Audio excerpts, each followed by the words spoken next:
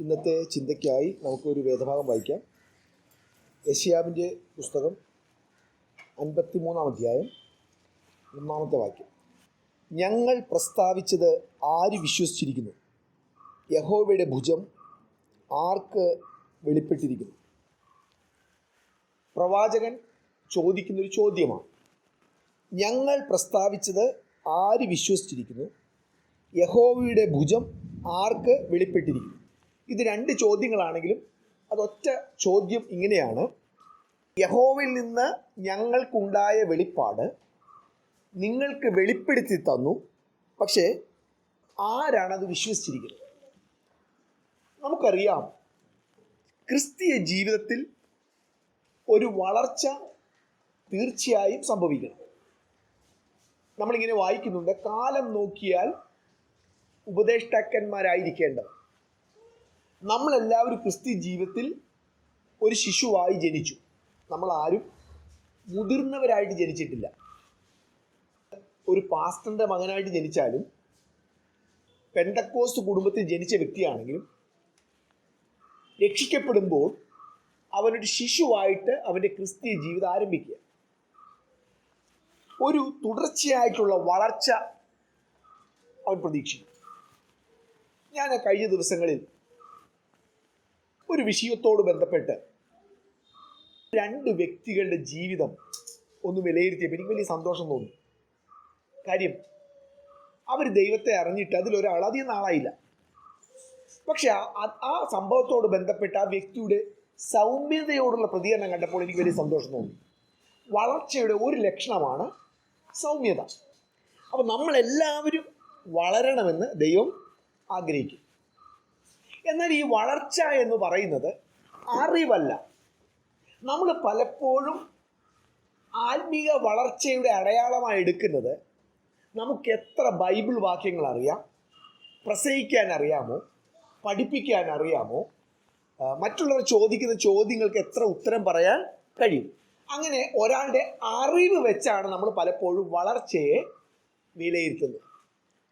എന്നാൽ അറിവല്ല വളർച്ച. അറിവല്ല വളർച്ച. ഞാനത് എടുത്തു പറയാനുള്ള കാരണം, നമ്മുടെ സമൂഹത്തിൽ പലപ്പോഴും അറിവ് വെച്ചാണ് അദ്ദേഹം വളരെ വളർന്ന ആൾ, അത് വലിയ അറിവാണ്. എന്നാൽ ക്രിസ്തീയ ജീവിതത്തിൽ അറിവല്ല വളർച്ചയുടെ ലക്ഷണം, ജീവിതമാണ്. ആ അറിവ് ജീവിതത്തിൽ ഉണ്ടാകുന്നതാണ് വളർച്ചയുടെ ലക്ഷണം. എന്നാൽ ആദ്യം ജീവിതമല്ല. ആദ്യം എന്താണ്? ആദ്യം ജീവിതമല്ലെന്ന് പറഞ്ഞു. പിന്നെ എന്താണ്? അറിവാണ്. ആദ്യം അറിവാണ്. ഈ ദൈവവചനം കേൾക്കുക എന്ന് പറഞ്ഞാൽ അറിവാണ്. ദൈവം വെളിപ്പെടുത്തി തരിക എന്ന് പറയുന്ന അറിവാണ്. ആദ്യം ഉണ്ടാകുന്ന ജീവിതമല്ല, അറിവാണ്. പക്ഷേ ഒരു പ്രശ്നം ഇവിടെ പ്രവാചകൻ ചോദിക്കുന്നത്, യഹോവ വെളിപ്പെടുത്തി തന്നത് ആരാണ് വിശ്വസിച്ചത്? നമ്മളെല്ലാവരും ക്രിസ്തീയ ജീവിതത്തിൻ്റെ വളർച്ചയുടെ അവസ്ഥകളിലാണ്. ഓരോരുത്തർ വ്യത്യസ്തമായ തലങ്ങളിലാണ്. ഞാൻ രക്ഷിക്കപ്പെട്ടിട്ട് അനേക വർഷങ്ങൾ കഴിഞ്ഞു. അപ്പോൾ എനിക്ക് ഒരളവ്, ഇന്നലെ രക്ഷിക്കപ്പെട്ട ഒരാളുണ്ട്, അയാൾക്ക് വേറൊരു തലം. അപ്പോൾ നമ്മളെല്ലാവരും വളർച്ചയുടെ ഓരോ തലങ്ങളിലാണ്. നമ്മളുടെ ഇടയിൽ തന്നെ ചെറിയ കുട്ടികളുണ്ട്, കുറച്ചുകൂടെ മുതിർന്നവരുണ്ട്, വിവാഹം കഴിച്ചവരുണ്ട്, പ്രായമാകുന്നവരുണ്ട്, പ്രായമായിരിക്കുന്നവരുണ്ട്. അപ്പോൾ അവരെല്ലാവരും വ്യത്യസ്തമായ തലങ്ങളിലായിരിക്കുന്ന പോലെ ക്രിസ്തീയ ജീവിതത്തിൽ നമ്മളെല്ലാവരും വ്യത്യസ്ത തലങ്ങളിലാണ്. ദൈവം ഓരോ നിലവാരത്തിനനുസരിച്ച്, വളർച്ചയ്ക്കനുസരിച്ച് കൂടുതൽ വെളിപ്പെടുത്തി തരും. അപ്പോൾ ഈ വെളിപ്പെടുത്തി തരുമ്പോഴുള്ള ഒരു പ്രശ്നമാണ് ഇവിടെ പ്രവാചകൻ ചോദിക്കുന്നത്. ഞങ്ങൾ പ്രസ്താവിച്ചത് ആര് വിശ്വസിച്ചു? ചോദ്യമാണ്. അതിൻ്റെ അർത്ഥം എന്താണ്? ആരും വിശ്വസിച്ചിട്ടില്ല. യഹോവയുടെ ഭുജം ആർക്ക് വെളിപ്പെട്ടു? ഒരു ചോദ്യമാണ്. യഹോവ വെളിപ്പെടുത്തി തന്നത് അന്നത്തെ കാലഘട്ടത്തിൽ അധികം പേര് വിശ്വസിച്ചില്ല. 53-ാമത്തെ അധ്യായം എന്ന് പറയുന്നത് മശിഹയെ കുറിച്ചുള്ള പ്രവചനമാണ്. ഒരു യഹൂദനെ സംബന്ധിച്ച് ലോകത്തിൽ ഏറ്റവും അധികം പീഡിപ്പിക്കപ്പെട്ട, മറ്റുള്ളവരാൽ വെറുക്കപ്പെട്ട, നിരന്തരമായി ഉപദ്രവിക്കപ്പെട്ട ഒരു സമൂഹമാണ്, രാജ്യമാണ്. അപ്പോൾ അവർക്ക് വലിയ പ്രതീക്ഷ ഉണ്ടായിരുന്നത് ദൈവം തൻ്റെ മശിഹയെ അയക്കും, ആ മശിഹ വന്ന് ഞങ്ങളെ വിടിവിക്കും, ഞങ്ങളെ രക്ഷിക്കും. വലിയ പ്രതീക്ഷയാണ്. അങ്ങനെയുള്ള ഒരു മശിഹയെക്കുറിച്ചുള്ള പ്രവചനമാണ് നമ്മൾ ഈ 53-ാമത്തെ അധ്യായത്തിൽ വായിക്കുന്നത്. അപ്പോൾ പ്രവാചകൻ തുടങ്ങുന്നത് ആ മശിഹയെക്കുറിച്ചുള്ള വെളിപ്പെടുത്തലുകൾ ആര് വിശ്വസിച്ചു? ഉത്തരം എന്താണ്? ആരും വിശ്വസിച്ചില്ല. എന്താ കാര്യം? അതിൻ്റെ താഴെ പറയുന്ന കാര്യങ്ങൾ പറയാൻ കൊള്ളാവുന്ന കാര്യം അല്ല. അവരുടെ സങ്കല്പത്തിൽ അവരെ രക്ഷിക്കാൻ വരുന്ന മശിഹ എന്ന് പറയുന്നത് മിടുക്കനായ, കഴിവുള്ള, ആരോഗ്യമുള്ള ഒരു മനുഷ്യനെയാണ് അവർ പ്രതീക്ഷിച്ചത്. അപ്പോൾ യഹോവയുടെ ഭുജം എന്തുകൊണ്ട് വെളിപ്പെട്ടില്ല? അവർ ചിന്തിച്ചതുപോലെ അല്ല. നമ്മുടെയും ജീവിതത്തിൽ സംഭവിക്കുന്ന ഒരു വലിയ പ്രശ്നമാണ് ദൈവത്തിൻ്റെ വെളിപ്പാട് നമുക്ക് മനസ്സിലാക്കാനും ഉൾക്കൊള്ളാനും കഴിയാത്തതിൻ്റെ കാരണം നമ്മൾ പ്രതീക്ഷിക്കുന്നത് പോലെയല്ല ദൈവത്തിൻ്റെ വെളിപ്പാട്. ഇത് മനസ്സിലാക്കി ഇത് അംഗീകരിക്കത്തോടത്തോളം കാലം അറിവിൽ വർദ്ധിക്കും. എന്തറിവിൽ? ദൈവത്തിൻ്റെ വെളിപ്പാടിലല്ല. നമ്മൾ കുറേ വാക്യങ്ങളൊക്കെ പഠിക്കും, നമ്മൾ കുറേ പ്രസംഗങ്ങളൊക്കെ കേൾക്കും, നമ്മളെ കുറേ തിയോളജിയൊക്കെ അറിയും. പക്ഷെ ദൈവത്തിൻ്റെ വെളിപ്പാടുകൾ നമ്മൾ സ്വീകരിക്കാൻ, വളരാൻ നമുക്ക് കഴിയും. പ്രവാചകൻ ചോദിക്കുകയാണ്, യഹോവയുടെ ഭുജം ആർക്ക് വെളിപ്പെട്ടു? യേശു വന്ന സമയത്ത് എത്ര പേരാണ് യേശുവിനെ തിരിച്ചറിഞ്ഞത്? വളരെ കുറച്ചു പേർ. അതും നമുക്ക് ഒരിക്കലും ചിന്തിക്കാൻ പറ്റാത്ത ആളുകൾ, ജാതികളായ വേറെ രാജ്യങ്ങളിലുള്ള വിദ്വാൻമാർ. ഈ വിദ്വാൻമാർക്ക് വെളിപ്പെട്ടു, ദൈവം വെളിപ്പെടുത്തി കൊടുത്ത് അവർ വിശ്വസിച്ചു. ആട്ടിടയന്മാർക്ക് വെളിപ്പെട്ടു.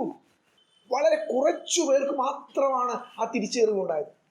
യഹോവയുടെ ഭുജം ആർക്ക് വെളിപ്പെട്ടു? ഞങ്ങൾ പ്രസ്താവിച്ചത് ആര് വിശ്വസിച്ചിരിക്കുന്നു? യഹോവയുടെ ഭുജം ആർക്ക് വെളിപ്പെട്ടിരിക്കുന്നു? പണ്ടൊക്കെ എനിക്ക് എത്ര മണിക്കൂർ ബൈബിൾ വായിക്കും, എത്ര മണിക്കൂർ പ്രാർത്ഥിക്കുക എന്നുള്ളതൊക്കെ വലിയ വിഷയമായിരുന്നു. പിന്നീട് എനിക്ക് മനസ്സിലായി അതിലൊന്നും വലിയ കാര്യമൊന്നും ഇല്ല. ഒരു കുടം കമത്തി വെച്ചിട്ട് 1 മണിക്കൂർ വെള്ളമൊഴിക്കുമോ 2 മണിക്കൂർ വെള്ളമൊഴിക്കും, ഭയങ്കര തർക്കമാണ്. ഒരാൾ പറയും ഞാൻ 2 മണിക്കൂർ വെള്ളമൊഴിക്കും, മുടുക്കൻ. വേറെ ആൾ പറയാണ് ഞാൻ 1 മണിക്കൂർ വെള്ളമൊഴിക്കും. വേറെ ആൾ പറയും ഇതൊക്കെ പോട്ടെ ഞങ്ങൾ 5 മണിക്കൂറാണ് വെള്ളമൊഴിക്കുന്നത് കുടം കമത്തി വെച്ചിട്ട്. ദൈവം വെളിപ്പെടുത്തി തരുന്നത് സ്വീകരിക്കാനുള്ള ഒരു പ്രശ്നം നമ്മുടെ മൈൻഡ് സെറ്റ് പോലെ അല്ല മിക്കവാറും ദൈവത്തിൻ്റെ വെളിപ്പെടുത്തൽ. നാം ചിന്തിക്കുന്നത് പോലെ ചില ആളുകൾ വരും എൻ്റെ അടുത്ത്, ബ്രദറിൻ്റെ അഭിപ്രായം എന്താണ് ആ വിഷയത്തിൽ? അപ്പോൾ പണ്ടൊക്കെ ഞാൻ ചിന്തിച്ചിരുന്നത് പാവം ആത്മാർത്ഥമായിട്ട് വന്ന് ചോദിക്കുകയാണ്. അപ്പോൾ ഞാൻ വലിയ ബൈബിളൊക്കെ എടുത്ത് ദൈവദാസൻ്റെ പോലെ പറയും. പിന്നെ എനിക്ക് മനസ്സിലായി നല്ല പങ്ക് ആൾക്കാരുടെ ഉദ്ദേശം എൻ്റെ അഭിപ്രായം ഒന്നും കേൾക്കാനല്ല, അത് ചോദിക്കാൻ വരുന്നവൻ്റെ മനസ്സിലുള്ള അഭിപ്രായവും എൻ്റെ അഭിപ്രായം ഒന്നാണോ എന്നറിയാൻ വേണ്ടിയാണ്. അതായത് എൻ്റെ അഭിപ്രായത്തെ സാധൂകരിക്കുന്ന, എൻ്റെ അഭിപ്രായത്തെ അംഗീകരിക്കുന്ന അഭിപ്രായമാണോ നിങ്ങൾക്കുള്ളത് എന്ന് അറിയാൻ വേണ്ടിയാണ് പലരും വരുന്നത്. അതുകൊണ്ടാണ് യേശുവിൻ്റെ കാലത്ത് യേശുവിൻ്റെ പഠിപ്പിക്കലിൽ കേട്ടപ്പോൾ അവർ പറഞ്ഞൊരു വാക്കുണ്ട്, ഇത് കഠിനവാക്ക്. എന്താ കഠിനവാക്ക് എന്ന് പറയുന്നത്? കഠിനവാക്ക് എന്ന് പറയുന്നത് ഞാൻ ചിന്തിച്ചതുപോലെ അല്ല യേശു പഠിപ്പിക്കുന്നത്. നമ്മൾ പലപ്പോഴും പറയാറുണ്ട്, ആ മെസ്സേജ് കേട്ടപ്പോൾ ഒരു വാൾ എൻ്റെ ഹൃദയത്തിലേക്ക് കടന്നു പോയി. എന്നിട്ട് എന്ത് സംഭവിച്ചു? ഒന്നും സംഭവിച്ചില്ല. ഈ സാധാരണ ഒരു വാൾ കൊണ്ട് ഇപ്പം ഞാൻ നിങ്ങളെ കുത്തി, ഇപ്പം ഞാൻ ബിനുസോറിനെ വാളൊന്ന് കുത്തി, പിന്നെ എന്താ അടുത്ത ആഴ്ച ആശുപത്രിയിലാവും, പിന്നെ കിടപ്പാണ്. എത്ര നാൾ കഴിഞ്ഞിട്ടേ സൗഖ്യമാകുന്നത്? ദൈവത്തിൻ്റെ വചനം എൻ്റെ ഉള്ളിലേക്ക് കയറി എന്ന് പറഞ്ഞിട്ട് നമ്മൾ പിന്നെ കൂളായിട്ട് പോവുക. നമ്മൾ ചില സംഭവങ്ങൾ നമ്മൾ വായിക്കുക. ദൈവം വെളിപ്പെടുത്തി കൊടുത്ത വെളിപ്പാടിനോട് മുൻപിൽ ദൈവം പ്രസ്താവിച്ചതിനോടുള്ള ബന്ധത്തിൽ അവരുടെ ജീവിതത്തിലുണ്ടായ പ്രയാസങ്ങളെക്കുറിച്ചുള്ള ചില കാര്യങ്ങൾ നമ്മൾ വായിക്കുന്നു. അപ്പോസ്തല പ്രവൃത്തി 10-ാം അധ്യായം നമ്മൾ വായിക്കുന്നില്ല, 9 തൊട്ട് 12 വരെയുള്ള വാക്യങ്ങളിലാണ്. അവിടെ ഒരു സംഭവം ഉണ്ടാകുന്നു. പത്രോസിന് ദൈവത്തിൻ്റെ ഒരു വെളിപ്പാടുണ്ടാകും. എൻ്റെ ദർശനം, സ്വർഗത്തിൽ നിന്ന് ആകാശത്ത് ഒരു കൊട്ട ഇറങ്ങി വരും. ആ കൊട്ടയിൽ വിവിധ ജാതി മൃഗങ്ങൾ, എന്നിട്ട് ഒരു ശബ്ദമുണ്ടായി അതിനെ അറുത്ത് തിന്നുക.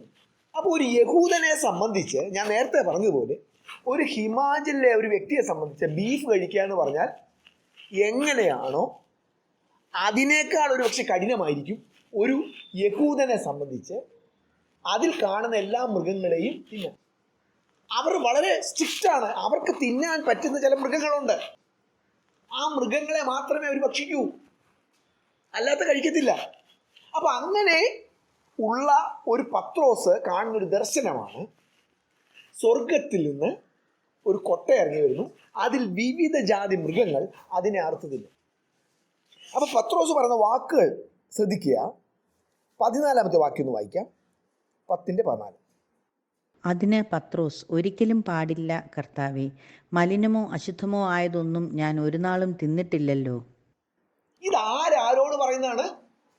പത്രോസ് ദൈവത്തോട് പറയും. എന്തിന്റെ മുൻപിൽ? ഒരു വെളിപ്പാടിന്റെ മുൻപിൽ.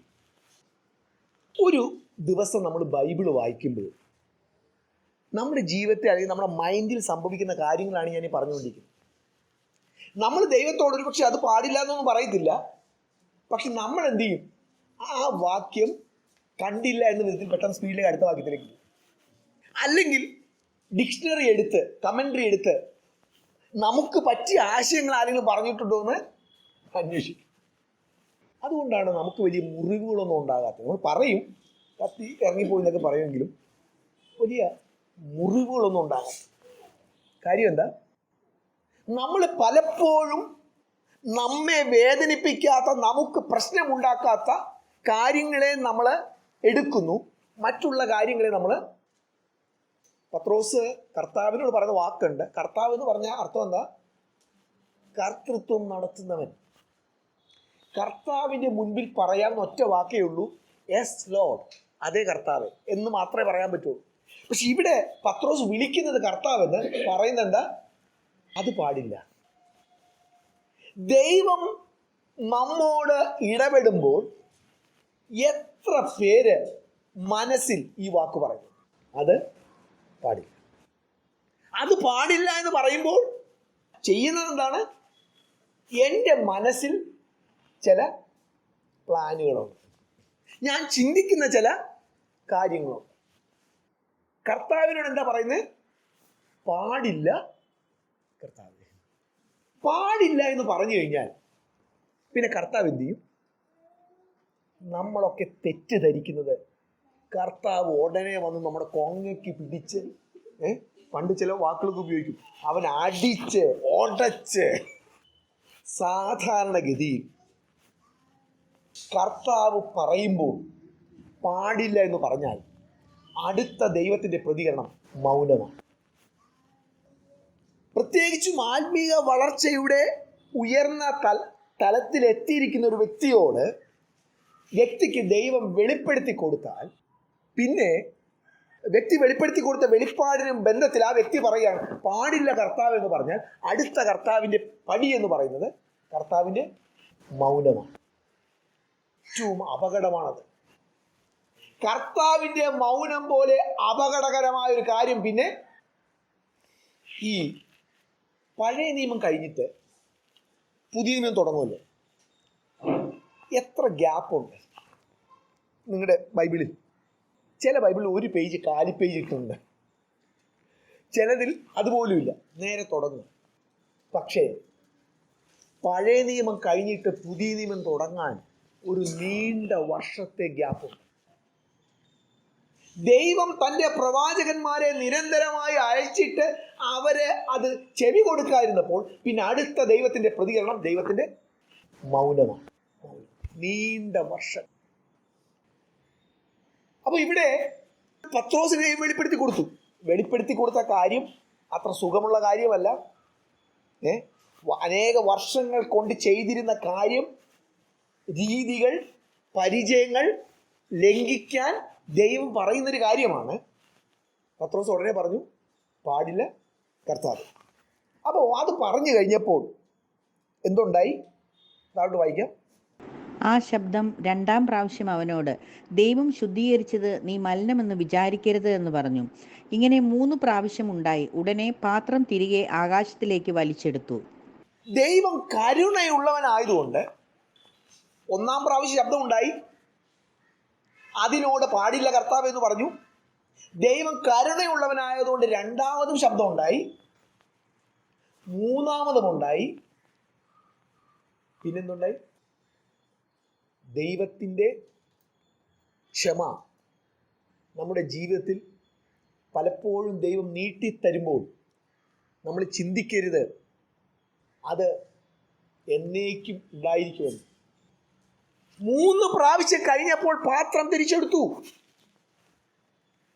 പക്ഷെ പത്രോസ് അതിനോട് പ്രതികരിച്ച് എങ്ങനെയെന്ന് അറിയും. പത്രോസ് പ്രതികരിച്ചെന്ന് പറയുമ്പോൾ നമുക്ക് പ്രസംഗിക്കാനൊക്കെ എളുപ്പമാണ്. പത്രോസ് പ്രതികരിച്ച പ്രതികരണം എന്ന് പറയുന്നത്, ഇപ്പം ഞാനൊരു ഉദാഹരണം പറഞ്ഞുതരാം.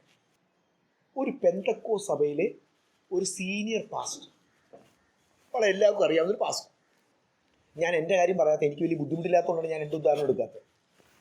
ആ പാസ്റ്ററോട് ദൈവം പറയുകയാണ്, നാളെ തൊട്ട് നീ ഒരു ജോലിക്ക് പോവുക. എന്ത് ജോലി? അതും എല്ലാവരും കാണുന്ന ഓട്ടോറിക്ഷ ഓടിക്കാം, ജംഗ്ഷനിൽ. ആ സഹോദരൻ, ആ വ്യക്തി കടന്നു പോകാൻ പോകുന്ന മാനസിക വേദന എന്താണെന്നറിയാമോ? എന്നിട്ട് ആരോട് വിശദീകരിക്കുകയും ചെയ്യാൻ പാടില്ല. എങ്ങനെയുണ്ട്? പഴയ നിയമത്തിൽ നമ്മൾ കാണുന്നുണ്ട്. ഒരിക്കലും ഒരു പ്രവാചകനോട് ദൈവം പറയുന്നു, നീ പോയി ഒരു വേശ്യയെ വിവാഹം കഴിക്കാൻ. വേറൊരു ഭാഗത്ത് പറയുന്നത്, നീ നഗ്നനായി നടക്കാൻ. അവരൊക്കെ അനുഭവിച്ച മാനസിക വ്യഥ, പക്ഷെ അവരൊക്കെ അനുസരിച്ചു. അതുകൊണ്ടല്ലേ നമ്മൾ തിരിഞ്ഞു നോക്കി പറയുന്നത്, അവിടെ ഭക്തന്മാരായ ചില പ്രവാചകന്മാർ ജീവിച്ചിരുന്നു. ഈ ദർശനം എന്തിനാ കൊടുത്തത്? നീ ജാതീയനായ യഹൂദനല്ലാത്ത ഒരാളുടെ വീട്ടിൽ പോയി സുവിശേഷം പറഞ്ഞ് അവർക്ക് വേണ്ടി പ്രാർത്ഥിക്കണം. ഇതാണ് സംഭവം. പക്ഷെ അന്നത്തെ കാലത്ത് ഒരു യഹൂദനെ സംബന്ധിച്ച് ചിന്തിക്കാൻ പോലും പറ്റാത്ത കാര്യമാണ്. യഹൂദനല്ലാത്ത ഒരാളുടെ വീട്ടിൽ പോയി സുവിശേഷം പറഞ്ഞ് പ്രാർത്ഥിക്കും. പക്ഷെ പത്രോസ് ആ ദർശനം പോലെ ആദ്യം അങ്ങനെയൊക്കെ പറഞ്ഞെങ്കിലും, പാടില്ല കർത്താവേ എന്നൊക്കെ പറഞ്ഞാലും അദ്ദേഹം എന്ത് ചെയ്തു? അനുസരിച്ചു. നമ്മുടെ ഭാഷയിൽ പറഞ്ഞാൽ, ഇംഗ്ലീഷിൽ ഇങ്ങനെ പറയും, ഹ്യൂമിലിയേറ്റ് ചെയ്യപ്പെട്ടു. മലയാളത്തിൽ പറഞ്ഞാൽ കൊച്ചാക്കി എന്നൊന്നും പറഞ്ഞാൽ പോലെ, അതിനേക്കാൾ കുറച്ച് കഠിനമായ ഒരു കാര്യം. ഒരു യഹൂദനെ സംബന്ധിച്ച് ഏറ്റവും അടിച്ച് താഴെ ഇടുന്ന ഒരു കാര്യമാണ്. അവൻ വലുതെന്ന് കരുതി അനേക വർഷങ്ങൾ തലയിൽ കൊണ്ടു നടന്നിരുന്ന ആ വലിയ ഭക്തിയുടെ അടയാളമാണ് ഇപ്പോൾ വലിച്ചെറിഞ്ഞ് കളഞ്ഞിരിക്കുന്നത്. ഞാൻ പറഞ്ഞാൽ എളുപ്പം നിങ്ങൾക്ക് മനസ്സിലാകുമെന്ന് എനിക്കറിയത്തില്ല. ഞാനത് മനസ്സിലാവുന്ന എന്ത് വെച്ചാൽ മറ്റേ പാസ്റ്റർ ഉദാഹരണം പറഞ്ഞത്. പാസ്റ്ററിനോട് പറയുകയാണ്, ആ ജംഗ്ഷനിൽ ഓട്ടോറിക്ഷ ഓടിക്കാൻ പോകും. എല്ലാ ദിവസവും പുള്ളി അപ്പോൾ അവിടെയുള്ള എല്ലാ പെന്തക്കോസുകാരും കാണും. മറ്റൊരു കാര്യം നമുക്ക് നോക്കാം. യെരമ്യാവിൻ്റെ പുസ്തകം 1-ാം അധ്യായം. യെരമ്യാവ് 1:11-12. യഹോവയുടെ അരുളപ്പാട് എനിക്കുണ്ടായി, യിരെമ്യാവേ, നീ എന്തു കാണുന്നു എന്ന് ചോദിച്ചു. ബദാം വൃക്ഷത്തിന്റെ ഒരു കൊമ്പ് കാണുന്നു എന്ന് ഞാൻ പറഞ്ഞു. യഹോവ എന്നോട്, നീ കണ്ടത് ശരി തന്നെ, എൻ്റെ വചനം നിവർത്തിക്കേണ്ടതിന് ഞാൻ ജാഗരിച്ചു കൊള്ളും എന്ന് അരുളി ചെയ്തു. ദൈവം ഒരു കാര്യം കാണിച്ചു കൊടുക്കുന്നു. ഞാനിത് പറയുമ്പോൾ നിങ്ങൾ നിങ്ങളുടെ കോണ്ടെക്സ്റ്റ് ചിന്തിക്കണം.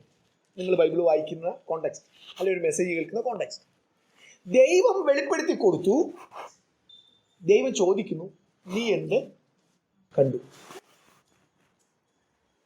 ഞാൻ നേരത്തെ പറഞ്ഞല്ലോ, ഒരു മെസ്സേജ് കേൾക്കുമ്പോൾ, ഒരു ബൈബിൾ വാക്യം വായിക്കുമ്പോൾ നമ്മൾ പലപ്പോഴും നമുക്കിഷ്ടമുള്ളതും സുഖമുള്ളതും മാത്രം അതിൽ നിന്ന് വലിച്ചെടുക്കുന്നു. അതുകൊണ്ടാണ് ദൈവം ചോദിക്കുന്നത്, നീ എന്ത് കണ്ടു? നീ എന്താ വായിച്ചത്? നീ എന്താ മനസ്സിലാക്കിയത്? അപ്പൊ എന്താണ് യിരെമ്യാവിന്റെ മറുപടി? ഞാൻ ഇന്നത് കണ്ടു. അപ്പൊ ദൈവം എന്ത് പറഞ്ഞു? നീ കണ്ടത് എന്ന് പറഞ്ഞ എന്താ അർത്ഥം? ഞാൻ കാണിച്ചതും നീ കണ്ടതും, ഞാൻ എന്തുദ്ദേശിച്ചോ, ബൈബിളിൽ എന്ത് എഴുതി വെച്ചോ, അത് തന്നെയാണ് നീ മനസ്സിലാക്കിയത്. അപ്പൊ എന്ത് സംഭവിച്ചു? അടുത്ത വാക്യം. യഹോവയുടെ അരുളപ്പാട് 2-ാം പ്രാവശ്യം എനിക്കുണ്ടായി, നീ എന്ത് കാണുന്നു എന്ന് ചോദിച്ചു. തിളയ്ക്കുന്ന ഒരു കലം കാണുന്നു, അത് വടക്ക് നിന്ന് പ്രത്യക്ഷമായി വരുന്നു എന്ന് ഞാൻ പറഞ്ഞു. അവിടെ ശ്രദ്ധിക്കണം, പത്രോസിന് ദൈവം 1-ാം പ്രാവശ്യവും 2-ാം പ്രാവശ്യവും 3-ാം പ്രാവശ്യവും വെളിപ്പെടുത്തി കൊടുത്തു എന്ന് പറയുന്നത് അനുസരണത്തോടുള്ള ബന്ധത്തിലല്ല, അനുസരണക്കേടിനുള്ള ബന്ധം. അതായത് പത്രോസ് പറഞ്ഞു, പാടില്ല കർത്താവേ, അതുകൊണ്ട് ദൈവം വീണ്ടും വീണ്ടും കൊടുത്തു. പക്ഷെ ഇവിടെ അങ്ങനെയല്ല. ഇവിടെ ദൈവം വെളിപ്പെടുത്തി കൊടുത്തത് യിരെമ്യാവ് കണ്ടു, യിരെമ്യാവ് സ്വീകരിച്ചു. അപ്പൊ 2-ാം പ്രാവശ്യം വേറൊരു കാര്യം വെളിപ്പെടുത്തി കൊടുത്തു. ഈ ആത്മീയ വളർച്ചയുടെ തലങ്ങൾ അങ്ങനെയാണ് സംഭവിക്കുന്നത്. ദൈവം നമുക്കൊരു കാര്യം വെളിപ്പെടുത്തി തരുന്നു, അത് ഞാൻ സ്വീകരിച്ച് അതനുസരിക്കുമ്പോഴാണ് ദൈവം അടുത്ത തലത്തിലേക്ക് എന്നെ കൊണ്ടുപോകുന്നത്. 2-ാം പ്രാവശ്യം വെളിപ്പെടുത്തി കൊടുത്തു. അതും അങ്ങനെ തന്നെയാണ്. ദൈവം വെളിപ്പെടുത്തി കൊടുത്ത് തന്നെയാണ് യിരെമ്യാവ് അവിടെ കണ്ടത്. ഞാനിത് പറയുമ്പോൾ നിങ്ങളുടെ ജീവിതമായിട്ട് നിങ്ങളൊന്ന് തട്ടിച്ചു നോക്കുക. ഒരാളോട് ക്ഷമിക്കുന്ന ഒരു കാര്യമായിരിക്കും, അല്ലെങ്കിൽ സംസാരത്തോടുള്ള വിഷയത്തിലുള്ളൊരു കാര്യമായിരിക്കും, അല്ലെങ്കിൽ നിങ്ങൾ ചെയ്യുന്ന ഒരു പ്രവൃത്തിയോടുള്ള ബന്ധത്തിലുള്ള ദൈവത്തിൻ്റെ ഒരു മുന്നറിയിപ്പായിരിക്കും. ദൈവം സംസാരിക്കുമ്പോൾ അതിനോട് ഞാൻ കഠിന മനസ്സുള്ളവനായി തീരുകയാണെങ്കിൽ ദൈവത്തിൻ്റെ പ്രതികരണം, ദൈവത്തിൻ്റെ മൗനം. നിങ്ങൾക്കറിയാമോ, ഇന്റർ ടെസ്റ്റ്മെന്റൽ പീരീഡ് എന്ന് പറയുന്നത് വലിയൊരു ദുഃഖത്തിൻ്റെ സമയമായിരുന്നു. കാര്യം എന്ന് പറയുമ്പോൾ വെളിപ്പാടുകളില്ല, പ്രവാചകന്മാരില്ല. നമ്മൾ ആരും അങ്ങനെ ഇരുട്ടിലൊന്നും താമസിച്ചിട്ടില്ല. ഇപ്പോ ദൈവം ധാരാളമായി നമുക്ക് വെളിപ്പെടുത്തി തരുന്നു. നമ്മൾ അതിനോട് എങ്ങനെയാ പ്രതികരിക്കുന്നത്? ദൈവം നമ്മളോട് ക്ഷമിക്കാൻ പറഞ്ഞ ആ കാര്യം, ഈ ചില പ്രശ്നങ്ങളൊക്കെ തീർക്കാൻ വേണ്ടി ഉള്ള മീറ്റിങ്ങിൽ ഇരുന്നിട്ടുണ്ട് ഞാൻ. ക്ഷമിപ്പിക്കാൻ പെടുന്ന പാട്, ക്ഷമിപ്പിക്കാൻ വേണ്ടി പാടുപെടുമ്പോൾ അവർക്ക് പറയാനുള്ളത് പ്രതിയോഗി ചെയ്ത തെറ്റുകളെ കുറിച്ചാണ്. ഓരോരോ സംഭവങ്ങൾ നിങ്ങൾ കടന്നു പോകുന്ന ജീവിത സാഹചര്യത്തിൽ എന്തുകൊണ്ട് എനിക്കിത് സംഭവിക്കുന്നു എന്ന് നിങ്ങൾ ചോദിക്കുമ്പോൾ ദൈവം അതിന് വെളിപ്പെടുത്തി തന്നു. പക്ഷെ നിങ്ങൾ നിർബന്ധം പിടിക്കുകയാണ്, അല്ല എനിക്കിതിൽ നിന്ന് പുറത്തു പോകണം. നിങ്ങൾ പുറത്തു പോകുമായിരിക്കും, പക്ഷേ വീണ്ടും ദൈവം എന്തിനു വേണ്ടി ആ കാര്യം ചെയ്തു അതിലേക്ക് മടങ്ങി വരാൻ വർഷങ്ങൾ കാത്തിരിക്കും. നമ്മൾ ചിന്തിക്കരുത് ദൈവം അറിവില്ലാത്തവനും കഴിവില്ലാത്തവനും ദൈവത്തിൻ്റെ ദയ എന്ന് പറയുന്നത് നിസ്സാരമായി നമ്മൾ കണക്കിടരുത്. ലൂക്കോസിന്റെ സുവിശേഷം 1-ാം അധ്യായം അതിൻ്റെ 26-ാമത്തെ വാക്യം.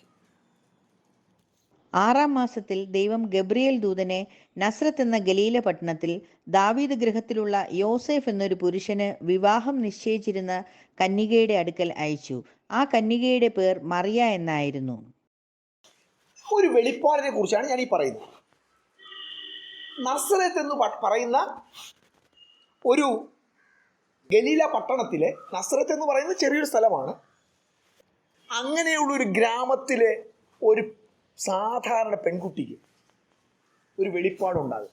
ദൈവം വെളിപ്പെടുത്തി കൊടുക്കും. എങ്ങനെയാണ് ഇൻട്രൊഡക്ഷൻ? കൃപ ലഭിച്ചവളെ. എന്താ കൃപ എന്ന് പറയുന്നത്?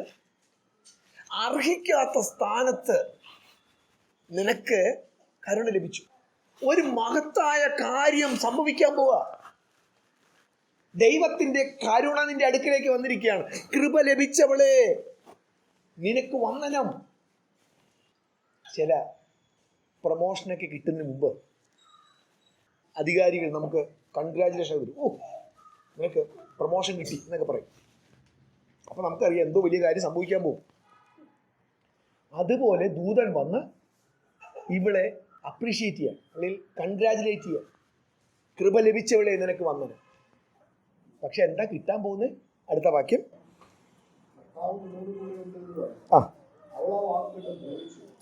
ഇത് എന്തൊരു വന്ദനം എന്ന് വിചാരിച്ചു. ദൂതൻ അവളോട്, മറിയേ ഭയപ്പെടേണ്ട, നിനക്ക് ദൈവത്തിന്റെ കൃപ ലഭിച്ചു. നീ ഗർഭം ധരിച്ച് ഒരു മകനെ പ്രസവിക്കും. അവന് യേശു എന്ന പേർ വിളിക്കണം. മതി. വിവാഹം കഴിഞ്ഞിട്ടില്ലാത്ത ഒരു യഹൂദ പെൺകുട്ടിക്ക് ദൈവം മഹത്തായ ഒരു കാര്യം ചെയ്യാൻ പോകുന്നതിനെ കുറിച്ചുള്ള കാര്യം പറയാം. അത് ഇന്നത്തെ കോണ്ടെക്സ്റ്റ് ഒന്നും ചിന്തിക്കരുത്. അന്നത്തെ പശ്ചാത്തലത്തിൽ വിവാഹം കഴിയാത്ത ഒരു പെൺകുട്ടി ഗർഭിണിയായാൽ അവളെ കല്ലെറിഞ്ഞു കൊല്ലും. എന്തുകൊണ്ടാണ് കല്ലെറിഞ്ഞ് കൊല്ലുന്നതെന്ന് അറിയാമോ? അടിച്ചു കൊന്നാൽ ഈ അടിക്കുന്ന വടിയും ആ വ്യക്തിയുമായിട്ടുള്ള ഒരു സ്പർശനമുണ്ട്. അപ്പൊ അതായത് ആ പാപത്തിന്റെ ഒരു പങ്കാളിയായി ഞാൻ, അല്ലെങ്കിൽ അശുദ്ധമായതിനെ തൊട്ടു. കല്ലാകുമ്പോൾ പ്രശ്നമില്ല, കല്ല് വിട്ടു. എങ്ങനെ കല്ലെറിഞ്ഞ് കൊല്ലുന്നതെന്ന് അറിയാമോ? ഒന്നല്ലെങ്കിൽ ഒരു കുഴി കുത്തിയിട്ട് അതിലിവിടെ ഇറക്കി നിർത്തും. എന്നിട്ട് എല്ലാവരും ഭക്തന്മാരാണ്, പ്രത്യേകിച്ചും വലിയ കല്ലായിട്ട് വരുന്നത്. അവര് കല്ലുകൾ ഇവരുടെ മേലെ എറിഞ്ഞ് എറിഞ്ഞ് എറിഞ്ഞ് എറിഞ്ഞ് അവളൊരു കൂനയാകും. അതല്ലെങ്കിൽ കുഴി അല്ലെങ്കിൽ എല്ലാവരും ഇതുപോലെ എറിഞ്ഞെറിഞ്ഞ് അവൾ താഴെ വീഴും. അവളുടെ മേലെ എറിഞ്ഞ കല്ലുകൾ ഒരു കൽക്കൂനയായി. ഏറ്റവും ക്രൂരമായ കൊലപാതകങ്ങളിൽ ഒന്നായിരുന്നു ഈ കല്ലെറിഞ്ഞ് കൊല്ലൽ. പെട്ടെന്നൊന്നും ചാകത്തില്ല. ഇത് ഇവർക്കറിയാം. കർത്താവ് എന്നും പറഞ്ഞാ വന്നേ, കൃപ ലഭിച്ചവളെ നിനക്ക് വന്ദനം, നിന്നോട് ദൈവം കരുണ കാണിച്ചു, ആർക്കും ലഭിക്കാത്തൊരു വലിയ സമ്മാനം നിനക്ക് തരാൻ പോവാണ്. ദൈവത്തെ അടുത്തറിയാവുന്ന ചിലർക്ക് ദൈവം വരുമ്പോഴേ അറിയാം. പക്ഷേ അവർക്കറിയാം അതിൻ്റെ അവസാനം എന്താണ്. അവസാനം എന്താണെന്ന് അവർക്കറിയാം. ദൈവം സൃഷ്ടിച്ച ഏതെങ്കിലും സൃഷ്ടിയുടെ അവസാനം ദൈവം പറഞ്ഞോ, ഓ ഇത് ശരിയായില്ല പറഞ്ഞു? എന്താ ദൈവം പറഞ്ഞത് അവസാനം? നല്ലതെന്ന് ദൈവം കണ്ടു. ദൈവം ചെയ്യുന്നതെല്ലാം നല്ലതാണ്. പക്ഷേ ഒരു ചിത്രകാരൻ പടം വരയ്ക്കുമ്പോൾ നമ്മൾ കൂടെ പോയി നിന്ന് കണ്ടു കഴിഞ്ഞാൽ ആദ്യം കുറെ കുത്തുകളായിരിക്കും, അല്ലെങ്കിൽ കുറെ പെയിന്റ് വാരി ഒഴിക്കലായിരിക്കും. അപ്പൊ നമുക്കൊന്നും ഇഷ്ടപ്പെടത്തില്ല. പക്ഷെ അതിൻ്റെ അവസാനമാണ് അത് കൂട്ടിയിണക്കി കുറെ കാര്യങ്ങളെ ചെയ്യുമ്പോൾ അത് ഭംഗിയുള്ള ചിത്രമായിട്ട് മാറുന്നത്. ഇതുപോലെ ദൈവം ചെയ്യുന്ന കാര്യങ്ങൾ അപ്പോൾ നമുക്ക് മനസ്സിലാകത്തില്ല, പക്ഷെ അതിൻ്റെ അവസാനം എപ്പോഴും ഭംഗിയുള്ളതായിരിക്കും. അതുകൊണ്ടാണ് പൗലോസ് തൻ്റെ ജീവിതാന്ത്യത്തിൽ പറയുന്നത്, നല്ല പോർ പൊരുതു, ഓട്ടം തികച്ചു, വിശ്വാസം കാത്തു, ഇനി എനിക്ക് ജീവന്റെ കിരീടം എനിക്കായി വെച്ചിരിക്കുന്നു. ഏറ്റവും അവസാനം ഏറ്റവും ഭംഗിയുള്ളത്. ദൈവത്തിൻ്റെ വെളിപ്പാടിനോടുള്ള പ്രതികരണം പലപ്പോഴും നമ്മൾ വിരുദ്ധമായി പറയുന്നത്, പാടില്ല കർത്താവ് എന്ന് പറയുന്നത്, നമ്മൾ ചിന്തിക്കുന്നത് ഇതൊക്കെ അവസാനം നാശത്തിലെത്തും. പക്ഷെ മറിയയ്ക്ക് ദൈവം വെളിപ്പെടുത്തി കൊടുത്തപ്പോൾ മറിയ എന്ത് പറഞ്ഞു? ഇതാ അങ്ങയുടെ എന്ന് പറഞ്ഞാൽ അങ്ങ് പറഞ്ഞതുപോലെ. നമ്മൾ എന്തുകൊണ്ടാണ് സ്പീഡിൽ ബൈബിൾ വായിക്കുന്നത്? പേടിയുള്ള സ്ഥലത്തുകൂടെ നിങ്ങൾ പതുക്കെ നടക്കും, വേഗത്തിൽ നടക്കും. കള്ളന്മാരുള്ള സ്ഥലത്തിൽ കൂടെ നിങ്ങൾ വർത്താനമൊക്കെ പറഞ്ഞ് ഇത് കഴിഞ്ഞിട്ട് സംസാരിക്കാം, വേഗത്തിൽ വായിക്കും. എന്തുകൊണ്ട് ഒരുപാട് വായിച്ചു കൂട്ടുന്നത്? ഒരു സമാധാനം. ഓരോ വരികളിലൂടെയും ദൈവത്തിന്റെ ആത്മാവ് നിങ്ങളോട് ഇടപെടുന്ന കേട്ട് വായിക്കുക. ദൈവത്തിന് നമ്മുടെ ജീവിതത്തെ പണിയണം. ദൈവത്തിന് നമ്മുടെ ജീവിതത്തെ രൂപാന്തരപ്പെടുത്തണം. ക്രിസ്തുവിനെ പോലെ ഓരോരുത്തരും ആക്കി തീർക്കണം. ഓരോ ദിവസം കഴിയുന്തോറും ആത്മീയ പക്വതയുള്ളവരായി കൂടുതൽ കൂടുതൽ വളരണം. അറിവിലല്ല, ജീവിതത്തിൽ. പക്ഷെ അറിവാണ് ആദ്യം. അതാണ് ദൈവത്തിന്റെ വെളിപ്പാട്. ആ വെളിപ്പാടിന് മുൻപിൽ പാടില്ല കർത്താവേ എന്നാണോ പറയുന്നത്? ഇതാ അങ്ങയുടെ ദാസി എന്നാണോ പറയുന്നത്? തലമുറകൾ നിന്നെ ഭാഗ്യവതി എന്ന് വാഴ്ത്തും. 2000 വർഷങ്ങൾ കഴിഞ്ഞപ്പോൾ ഇവിടെയുള്ള ഈ സഭയിലുള്ള വിശ്വാസികൾ എങ്ങനെയാകണമെന്ന് പറയാനായി ഞാൻ എടുത്തൊരു ഉദാഹരണം ആ ഒരു സഹോദരിയുടെ ഒരു സമർപ്പണമാണ് ഇന്ന്. 2000 വർഷങ്ങൾക്ക് മുമ്പ് ഒരു സാധാരണ യഹൂദ പെൺകുട്ടി ദൈവത്തോട് പറഞ്ഞ പ്രതികരണം, ഇതാ അങ്ങയുടെ ദാസി, അങ്ങയുടെ ഹിതം പോലെ. നമ്മുടെ ജീവിതത്തെ മാറ്റിമറിക്കുന്ന ഒരു പോയിന്റാണത്. ദൈവത്തിൻ്റെ ഒരു വെളിപ്പാടിന് മുൻപിൽ ദൈവത്തിൻ്റെ ഹിതത്തിന് വേണ്ടിയുള്ള സമർപ്പണം. അവിടെ അത് എളുപ്പമല്ല, പ്രസംഗിക്കാൻ എളുപ്പമാണ്. കാര്യം എന്താ? ദുഷ്ടപിശാച് ശക്തിയോടെ പ്രവർത്തിച്ച് ഒരു വ്യക്തിയെ സമർപ്പണത്തിൽ നിന്ന് മാറ്റാൻ വേണ്ടി എന്തെല്ലാം ചെയ്യുമോ അതൊക്കെ ചെയ്യും. ഭയപ്പെടുത്തും. ദൈവത്തിൻ്റെ വേലയ്ക്ക് വേണ്ടി ദൈവം ഒരാൾ വിളിക്കുകയാണ്, സമാധാനമായി ഒരു ജോലി ചെയ്തുകൊണ്ടിരിക്കുന്നു, വലിയ പ്രശ്നമൊന്നുമില്ല. അപ്പോൾ ദൈവം പറഞ്ഞു, ജോലിയെല്ലാം വിട്ടിട്ട് ദൈവത്തിൻ്റെ വേലയ്ക്ക് വരാം. ദൈവത്തിൻ്റെ വിളിയോടുള്ള പ്രതികരണം, അത് ഞാൻ സുവിശേഷ വേലയ്ക്ക് പോകുന്ന കാര്യം മാത്രമൊന്നുമല്ല.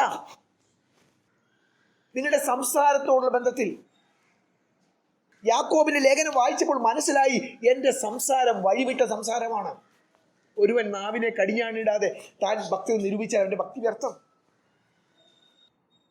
അന്നത്തെ കാലത്ത്, രക്ഷിക്കപ്പെട്ട കാലത്ത് ദൈവം എന്നോട് ഇടപെട്ട വാക്യങ്ങൾ ഒന്നാണിത്.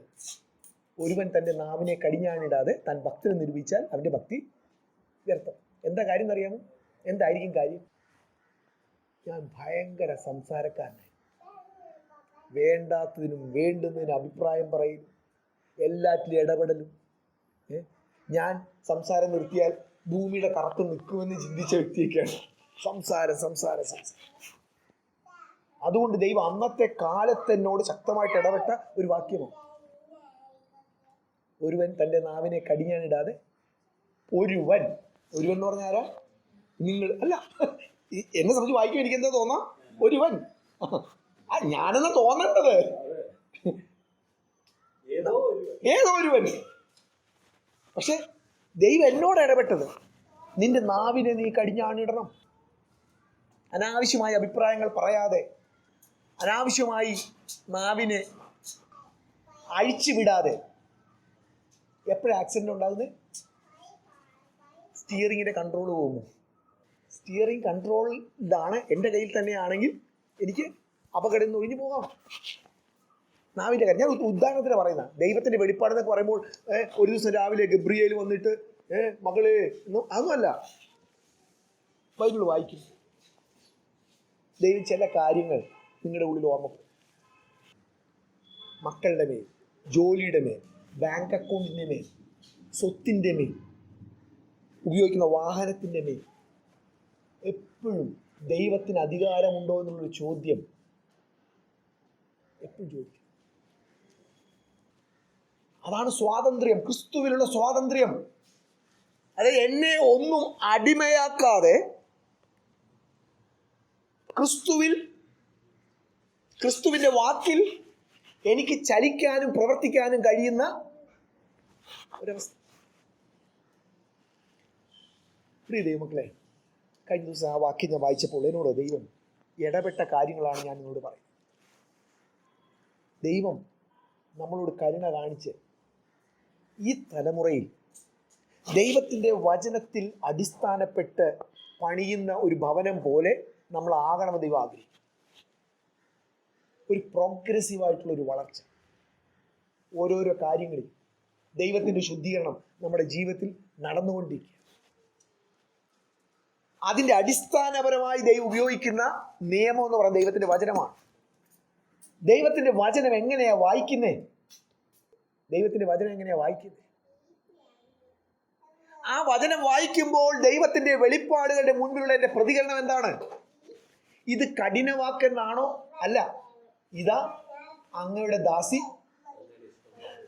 അങ്ങനെ ഇഷ്ടം പോലെ സംഭവിച്ചോട്ടെ. ചിലപ്പോൾ നമ്മൾ ഈ വീട്ടിലൊക്കെ പ്രശ്നം ഉണ്ടാകുമ്പോൾ വഴക്കിടുമ്പോൾ എന്നാ പിന്നെ അതുപോലെ ചെയ്യാം, ഇത് സന്തോഷത്തോടെ ഒന്നും അല്ല. അങ്ങനെയല്ല. മറിയ പറഞ്ഞത് അങ്ങയുടെ ഇഷ്ടം സംഭവിക്കും. കാര്യം എന്താ? അങ്ങയുടെ ഇഷ്ടമാണ് ഏറ്റവും തികവുള്ളത്. ദൈവത്തെ അനുസരിച്ചിട്ട്, ദൈവം പറഞ്ഞത് വിശ്വസിച്ചിട്ട് ഒടുവിൽ തിരിഞ്ഞു നോക്കി നിരാശനായി പോയ ഒരു വ്യക്തിയെക്കുറിച്ചും നമ്മൾ കേട്ടിട്ടില്ല, ബൈബിളിൽ വായിക്കും.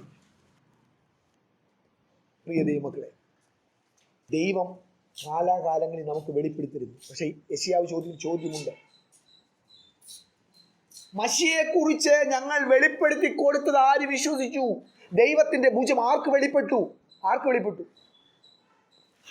കുറച്ച് പ്രവാചകന്മാർ, കുറച്ച് സാധാരണക്കാർ. അന്നത്തെ കാലത്തെ ബൈബിൾ പണ്ഡിതന്മാരായ പരീശന്മാർക്കും പുരോഹിതന്മാർക്കൊന്നും അത് വെളിപ്പെട്ടില്ല. എന്താ? നമ്മൾ താഴെ വായിക്കുന്നുണ്ട്, കേൾക്കാൻ കൊള്ളാത്ത കാര്യങ്ങളാണ് മശിയെക്കുറിച്ച്. അതൊന്ന് വായിക്കാം. യെശയ്യാ പ്രവാചകന്റെ പുസ്തകം 53:2 മുതൽ വായിച്ചതാവട്ടെ. അവൻ ഇളയ തൈ പോലെയും വരണ്ട നിലത്ത് നിന്ന് വേർ മുളയ്ക്കുന്നത് പോലെയും അവന്റെ മുൻപാകെ വളരും. അവന് രൂപഗുണമില്ല, കോമളത്വമില്ല, കണ്ടാൽ ആഗ്രഹിക്കത്തക്ക സൗന്ദര്യവുമില്ല.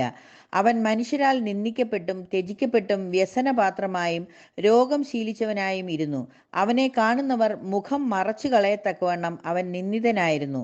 നാം അവനെ ആദരിച്ചതുമില്ല. നിങ്ങളിത് വായിക്കുമ്പോൾ ഇസ്രായേലിലെ അടുത്ത രാജകുമാരനെ കുറിച്ചായി പറയുന്നത് ഓർക്കണം.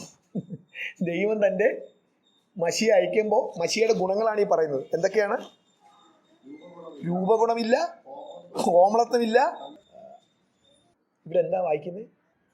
ആരുടെയും ആദരവില്ലാത്ത, കണ്ടാൽ മുഖം മറച്ചു കളയുന്ന, രോഗിയായ, രോഗങ്ങൾ വഹിച്ചു വന്ന ഒരു മഷി. അതാ പ്രവാചകൻ ചോദിക്കുന്നത്, ഇതൊക്കെ ആര് വിശ്വസിക്കും? നമ്മുടെ പ്രശ്നം, നമ്മൾ രക്ഷിക്കപ്പെട്ടത് തന്നെ ഈ പ്രശ്നങ്ങളൊക്കെ മാറാൻ വേണ്ടിയാണ്. ഏത്? കണ്ടാൽ ആളുകൾ മുഖം മറയ്ക്കുന്നത് മാറ്റണം, നിന്ദിതരാകാതിരിക്കണം, അവസ്ഥകൾക്കൊക്കെ മാറ്റം ഉണ്ടാകണം. ഇത് പ്രതീക്ഷ വന്നത്. അതുകൊണ്ടാണ് പ്രവാചകൻ ചോദിച്ചത്, യഹോവയുടെ ഭുജം ആർക്ക് വെളിപ്പെടും? ബുദ്ധിമുട്ടാണ്. ക്രൂശിൻ്റെ വഴി വെളിപ്പെടാൻ ബുദ്ധിമുട്ടാണ്. അതുകൊണ്ടാണ് നമ്മൾ പുതിയ പുതിയ മാർഗങ്ങളുണ്ടാക്കുക, പുതിയ പുതിയ മതങ്ങളുണ്ടാക്കുക, പുതിയ പുതിയ തിയോളജികളുണ്ടാക്കുക. അത് അതേപോലെ സ്വീകരിക്കാൻ ബുദ്ധിമുട്ടാണ്. പക്ഷെ പ്രിയ ദൈവമക്കളെ, വർഷങ്ങൾക്ക് മുമ്പ് പ്രവാചകൻ ചോദിച്ച ആ ചോദ്യത്തിൻ്റെ മറുപടി ഞങ്ങൾ പ്രസ്താവിച്ചത് ആര് വിശ്വസിച്ചിരിക്കുന്നു? യഹോവയുടെ ഭുജം ആർക്ക് വെളിപ്പെട്ടിരിക്കുന്നു? വളരെ കുറച്ച് പേർക്ക്. നസ്രയത്തിലെ ഒരു പാവപ്പെട്ട പെൺകുട്ടിക്ക് അത് വെളിപ്പെട്ടു. തലമുറകൾ അവളെ ഭാഗ്യവതി എന്ന്. നമ്മുടെ മൊബൈൽ നമ്പർ എടുത്തു നോക്കിയാൽ അതിൽ ഒരു മേരിയെങ്കിലും കാണും. മക്കൾക്ക് മറിയ എന്ന് പേരിടുന്ന, മേരി എന്ന് പേരിടുന്ന ഇടന്നാണ്. 2000 വർഷങ്ങൾക്ക് മുമ്പ് ഒരു പെൺകുട്ടിക്ക് കർത്താവിൻ്റെ ഭുജം വെളിപ്പെട്ടപ്പോൾ അതിനോട് യെസ് പറഞ്ഞു, അനുകൂലമായൊരു പ്രതികരണം പറഞ്ഞു. ഞാനൊരു വാക്കിൽ ഇവിടെ ചുരുക്കുക. നമ്മുടെ കയ്യിലൊക്കെ ബൈബിളുണ്ട്, നമ്മളൊക്കെ അധികം പ്രസംഗം കേൾക്കുന്നില്ല. പക്ഷേ ചോദ്യം അതൊന്നുമല്ല, എത്ര പ്രസംഗം കേട്ടു, എത്ര ബൈബിൾ വായിച്ചു എന്നല്ല. ഞങ്ങൾ പ്രസ്താവിച്ചത് ആര് വിശ്വസിച്ചു? യഹോവയുടെ ഭുജം ആർക്ക്? ആത്മീയമായ വളർച്ച ഉണ്ടാകുന്നത് ദൈവത്തിൻ്റെ വെളിപ്പാടിനോടുള്ള അനുകൂലമായ പ്രതികരണത്തിൽ നിന്ന്. ജീവിതത്തിലേക്ക് അത് വ്യാപിക്കണമെങ്കിൽ ആദ്യം ഈ വെളിപ്പാടിന് മുൻപിൽ, നമുക്കറിയാം മറിയ തൻ്റെ ദൈവം കൊടുത്ത വെളിപ്പാടിന് മുമ്പിൽ യെസ് പറഞ്ഞപ്പോഴൊന്നും സംഭവിച്ചില്ല. പക്ഷേ യെസ് പറഞ്ഞപ്പോഴാണ് ഒരു തുടക്കമായത്. പിന്നീടാണ് അവൾ ഗർഭം ധരിച്ചു, പിന്നെ ഒരു മകനെ പ്രസവിച്ചു. അവൻ രക്ഷകനാണ്. നമുക്ക് എഴുന്നേറ്റ് പ്രാർത്ഥിക്കാം.